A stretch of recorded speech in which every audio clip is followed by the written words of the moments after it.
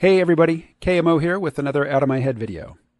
Quick Quack Reviews, a German language video game channel, posted the following to my video, Why I Remain Unconvinced by Antinatalism. Quick Quack Reviews wrote, "It seems to me that the antinatalist argument goes against the philosophy's core principle, that suffering is the ultimate evil in the universe. If their goal really is to eliminate suffering, killing off the human race is a really bad idea. After all, what other species could rise to the task of alleviating pain and misery throughout the world, and perhaps even the universe? Existence happened. Consciousness happened. There's no reason to resent it, because it cannot be denied or truly destroyed with any certainty. Consciousness could theoretically appear anywhere in the universe, multiverse, whatever this is. So the only thing we can truly do to reduce the suffering antinatalists care so much about is to use our ingenuity, empathy, and intelligence, qualities so incredibly rare in our universe, to diminish what torment we can from existence. And that means creating more humans, or creating robots that can carry on this project. The only realistic option I see is for the human race to continue existing so it can carry on its project to alleviate pain for all things conscious." It's also very curious to me that many antinatalists are vegans, out of concern for the suffering of non-human animals.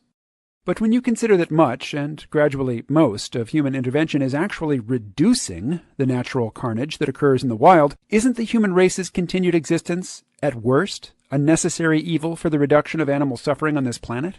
Even if that wasn't the case, an antinatalist vegan has no interest in letting nature run amok with its constant brutality. Humanity is the only species with the potential to stop it. I still think we have much to learn from antinatalists. Some of their more practical suggestions I happen to agree with. It is currently more ethical to adopt than breed. It would be better if we stopped killing other animals merely for food. Most importantly, we should drop religious notions of right and wrong and focus on the objective differences between pain and happiness. This is a prerequisite antinatalists seemingly take for granted. So I think their intentions are well thought out, but their conclusion is flawed, self-defeating, and self-evidently destructive. Thank you, Quick Quack Reviews. That was really excellent. Please don't take my minor quibbles here as any sort of personal criticism. But you do seem to use the terms pain and suffering as interchangeable synonyms in your comment, and I think that there is a useful distinction to be drawn between the two. Pain is something that some people seek out and voluntarily subject themselves to. For example, I experience some measure of pain when I go to the gym and lift weights, but I do so because I associate that pain with the benefits that come with it. And also, it validates the power of my will. I can choose to place myself in discomfort. If somebody else were to subject me to that exact same sensation without my permission, I would resent it, and I would consider it suffering. But when I choose it and pursue it for my own purposes, pain can be a good thing. You argue that as the human sphere expands and it basically displaces what we call the wild, where everything eats everything else, that this is diminishing suffering. I don't know that that's true. If you gave me the choice of living the life of a battery cage hen, basically a chicken which lives its entire life in a wire cage, it never gets to scratch in the dirt, it never gets to eat bugs, it never gets to do the things that chickens naturally want to do.